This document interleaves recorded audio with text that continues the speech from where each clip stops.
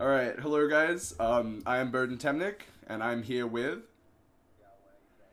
All right, so we are commentating the finals of the Australian Yu-Gi-Oh Tournament's National Championship, unofficial, mind you. And we have Jonathan Lowbridge playing against Sean Newton.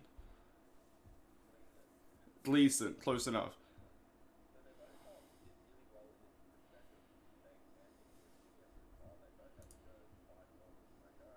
Mm-hmm.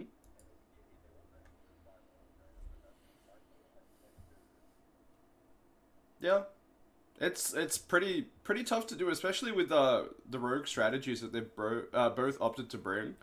So we can see Kid Brave coming down, and then we see Pot of Desires activated in the column as same column as Kid Brave, and then Ash being met with it. Kid Brave will still trigger, and it cycles the Dancing Needle. Arguably, probably one of the weaker cards. Maybe he has a double up in his hand. He doesn't, want to have multiples, and he cycled it for two more draws.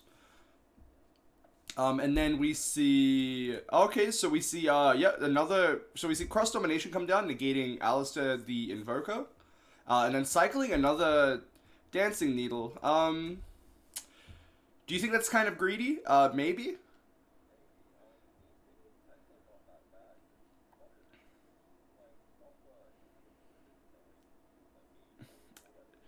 Yeah, I think that's. Well, it's not necessarily stopping them for a turn, but it can sort of, for the unaware person, if Sean doesn't know what Musketeers are doing, then maybe he'll start linking into Almirage, into Secure Gardener. Maybe he already had a copy of Invocation in hand. So we see Desperado coming down. It is targeting the Purple Nightfall. And then Purple Nightfall is chained to add a Blue Sky. And, mm, do you think there's a reason why Lowbridge wanted to keep the Kid Brave on board? Maybe he wants to use it again on his turn to cycle for two more draws, and maybe he doesn't really care about trading down because he's just trying to get to his key part of his engine. Maybe set up Utopia double or something. Yeah, that could be a big one too.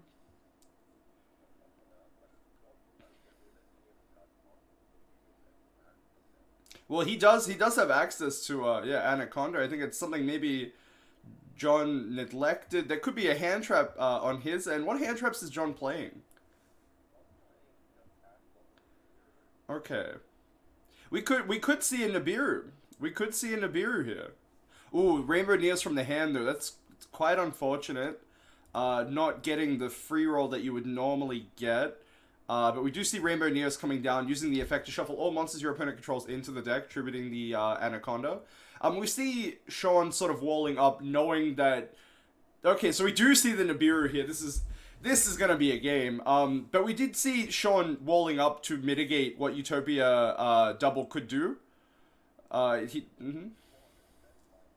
is pretty tough to deal with, but I do think Muskets do have access to more, in terms of removal or cycling to get to removal than most other decks. Ooh, another Desires. Woof. We're going for broke. We're going for broke here. We're trying to find an out to the token, it seems. But the plus side is, I don't think Sean will be doing too much. I guess the Purple Nightfall is coming back, and that is like a bit more pressure than I assume he would like to be dealing with. But we see Caspar coming down. Um, it is. It is. So you can add one Magical Musket card from your deck to your hand, but not a card with the same name as the card activated in the column to trigger it. So we see a Call by the Grave coming down to trigger the Caspar. Okay, so we see World Legacy's Secret. Um, mm-hmm. It is indeed. So it can just continue negating, which can be pretty big here. So it will end up negating the Caspar. And we see the Alistair still getting banished here. Kind of mitigates some of the follow-up that Sean could be doing with invocations off the top now. But I think he does have access to more copies of Alistair than he does copies of Invocation. So that might just be one of those percentage plays. We'll see what happens going on from here. So we see Dark Ruler no more. Okay. So this will make it so Indigo Eclipse won't be able to move again. And I guess that's kind of relevant. So his Link monster will resolve, pending no Ash, Vela. Could be a potential Nibiru on Sean's end.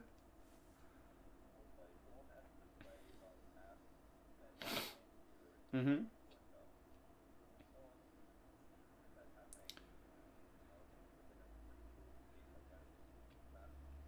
Oh, definitely. Phantasmate would be good to see here. It is a card that can mitigate a lot of what the Musket deck can do. Because a lot of their cards target as well, which is a big thing. But the Nibiru would have cracked over it, so that is something to consider. Does he have a way to really deal with both the monsters attacking? I assume so. He did search the spell and trap negate, and then I think he searched another copy of Desperado, so maybe he has a cross domination.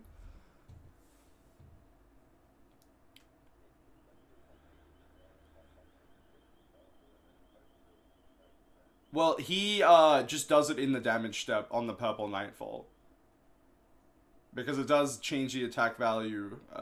So that's a way to sort of deal with that.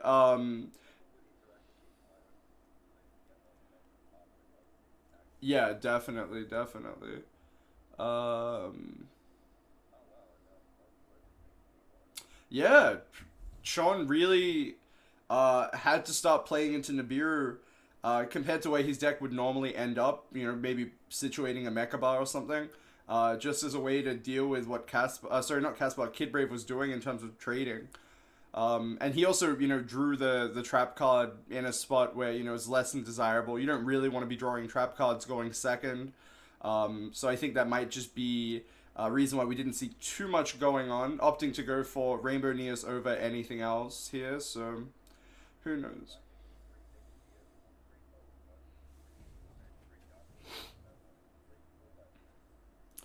I we can assume maybe he would end up picking first. There's also probably an argument that he would just pick second and maybe try and flood the board with monsters, assuming that Lowbridge doesn't get to do too much. But we'll see. Oh, so we did see he did let Musket start. So I think maybe his game plan is to just like try and let Lowbridge have a very passive opening. Maybe like one card paired with the desires is like the extent of his play. And then Sean is probably just going to try and load up as many Mekk-Knights as he can. And then, try and end the game with like an invocation play into one of the very beefy sort of fusion monsters.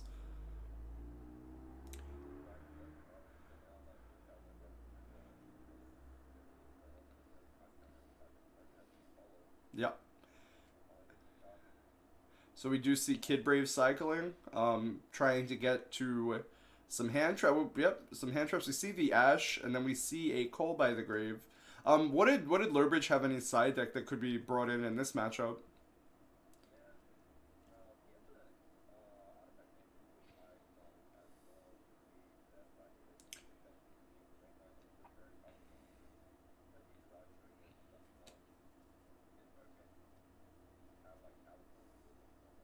Yeah, it yeah. Cosmic Cyclone is probably good here. Yeah, going first and second, knowing that he does play like he has to set cards to the field. He can preemptively Cosmic to mitigate what a Mekk-Knight can do. And it also lets him trigger his Kid Brave, but it also will eventually play into a Mekk-Knight, which is the issue with this matchup. I feel cards like that sort of lose value.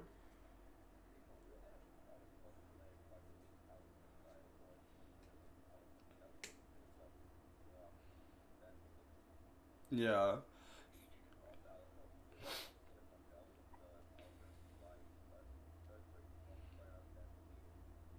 Well, if he's already getting rid of a light monster anyway, then playing around the needles is probably just correct. He doesn't really have to put the extra link monster on field because it's not actually doing anything. Like you can maybe argue Almirage is good because it will beat copies of Desperado, but I think Mekaba here is probably just doing enough. And I'm assuming Lowbridge doesn't play a card like Honest or something to potentially punish Mekaba attacking. So probably don't have to worry about that. And then we do see just a very standard Mekk-Knight opener. Like, we can assume that the set card might just be one of the other points of interaction that decks like this are playing. Like, could just be like Imperm, or an additional copy of Call by the Grave, something to consider. And you did say it was playing Book of Lore as well. So maybe that's another way to, you know, turn the Mekaba into something else after it's already ran a negate.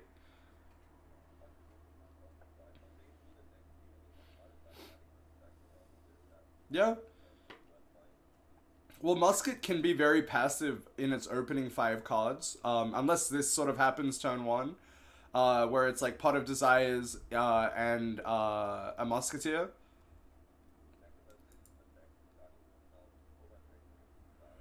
Yeah,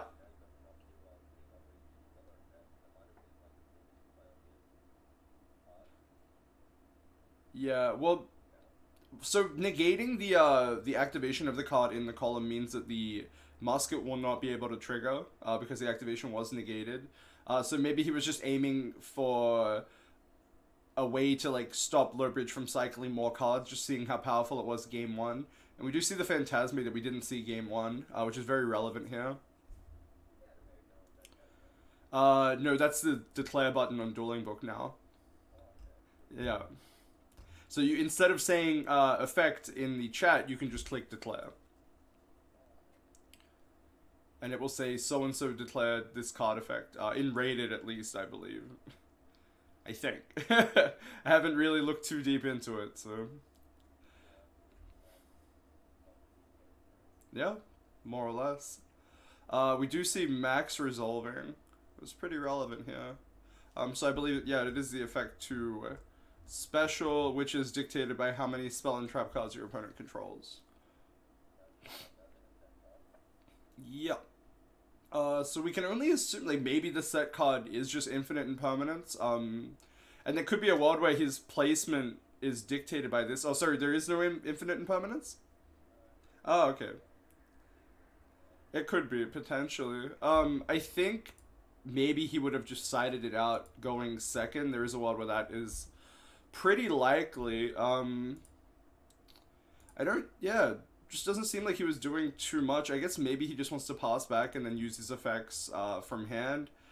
Maybe he's just trying to, you know, stem the bleeding, mitigate some of what's going on now, because there is a lot of pressure. We have a 2500 attack, we have another 2500 attack, and a 2400 attack. And we're allowed to stop targeting in the damage step too, mind you. And then we have the BLS link, which I think is probably near unoutable in this deck, unless you get two level 4 monsters on field and do get to set up one of the Utopia plays. But this might be, yeah, Dark Ruler no more as well, potentially. But I think this might just be game regardless. Like, we're going to see a lot of stuff resolving, a lot of stuff coming down. Well, we also have to weigh the option of whether or not Lowbridge did keep Nibiru in his deck. That's something to consider. So Nibiru here would be very, very, very good for him. But maybe Sean is banking on the fact that most people side out Nibiru against this deck. Oh no, of course. But at this point, if he had Nibiru, I feel like he would have used it a lot earlier, right? That would have been 5. This was the 5th. Okay. 2, 4, 5. Okay, yeah, no, that's fair enough. So he did play around it by extension, even though I don't believe he probably had to. So yeah, that was just game 2, quite easy. We saw the Invoke player just steamroll the Musket player, you know, far cry of what game 1 was, so.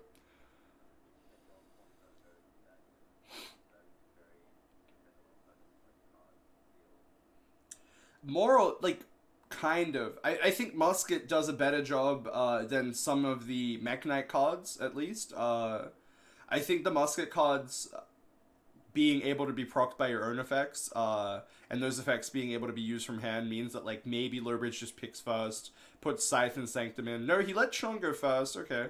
And maybe Lowbridge is going to try and go for an OTK with Utopia double here, or just try and swarm the board with Max or something.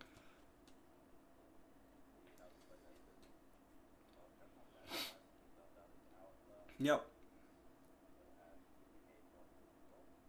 Well, maybe there's a world where Sean just passes as well, but like that could happen potentially. Because I think if you're not committing cards to the field, there is a world where like it might be safer than putting a guy on board that can just get beat over if it gets hand trapped in a certain way, or maybe he has multiple copies of Invocation or something. So definitely something to consider. Yep, it's definitely safe enough. It'll be keen to see if he puts it in attack or defense. He does put it in attack. And this could be a potential opening, but it is not game if Utopia Double does attack over it, which is maybe something he has considered. He would survive by 500. Right, so we do see Mekaba pause with one set card, and we know he has an Alistair in hand. So be interesting to see what Lowbridge does. Potentially maybe Dark Roll or No More is in his deck as a way to beat the Mekaba, because he does have to function of, you know, single cards more than most other decks. Yeah, Lightning Storm. Yeah, Lightning Storm is definitely a possibility. Just as a way to force a negate, it seems like it'd be very powerful. And even potentially clearing back row. But the issue with Lightning Storm is he does want his Link Monster to resolve for a good chunk of value. So you have to be quite careful when you're removing cards from the field. But it would it also doesn't really help with triggering the musket effect. So as a world where he probably doesn't bring it in against this matchup specifically.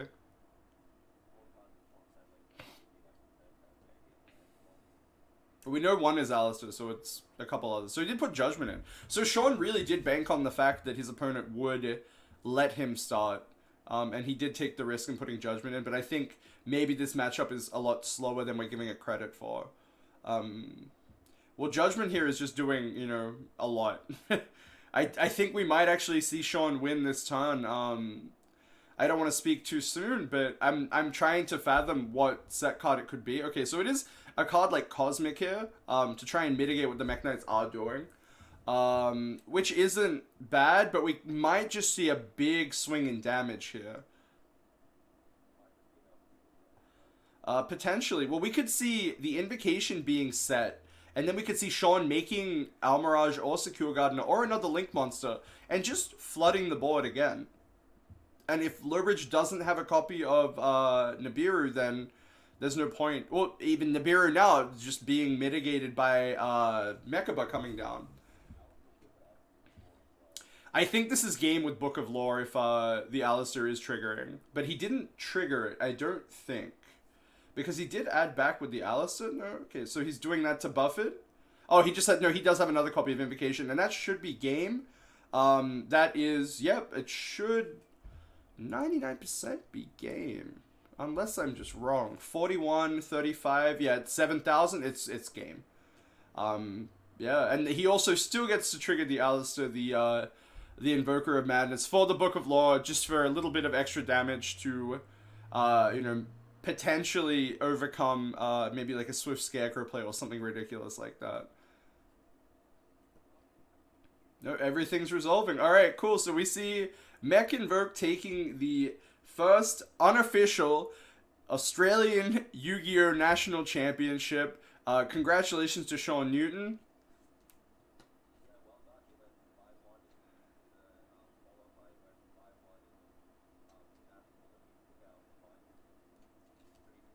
Yep, very well played. Definitely a master of his strategy of columns. And we have Jonathan Lowbridge. We have Jonathan Lowbridge playing Musket, another underrepresented deck. You know, just really, really showing people what these rogue strategies can do if you're not prepared for them. And coming in second, definitely not a small feat against the star-studded lineup.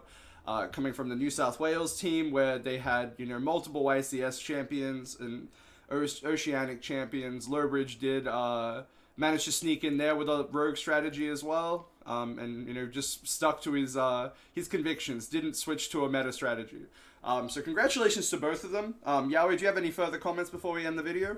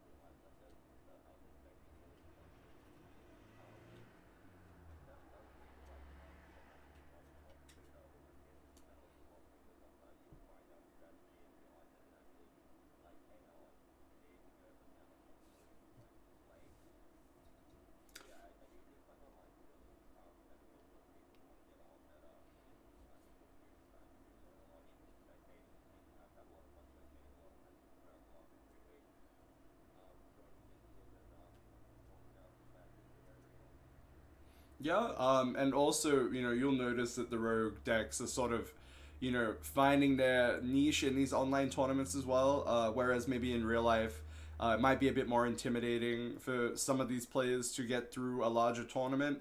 You shave off a couple rounds and they can sort of showcase, what they've come up with. You'll notice this with some of the luxury gaming tournaments as well. With Ryan, you winning with Sky Striker, you'll have Salamangreat winning the most recent PPG, I believe. And then we have Mekk Invoked winning the Australian tournament. So, yeah, I definitely think, this format's very wide open. You just have to take it and play whatever you feel comfortable with.